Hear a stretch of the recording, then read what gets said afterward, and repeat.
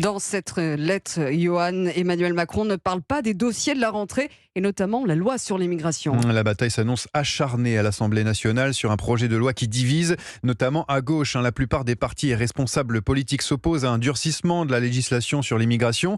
Tous, sauf Fabien Roussel, déclarant vouloir renforcer les frontières pour que les Français se sentent en sécurité. Alexis de la Fontaine, le leader communiste, a surpris avec ses propos. Oh oui, c'est un discours à contre-courant de la gauche. Une fois encore, Fabien Roussel profite d'un sujet de société pour se démarquer du reste de la NUP. En effet, alors que la France insoumise organise une marche contre les répressions policières, Fabien Roussel demande lui plus de policiers dans les quartiers populaires, de quoi agacer son collègue insoumis Mathias Tavel. Fabien Roussel, il essaye d'exister, je crois que c'est tout le mal qui se donne.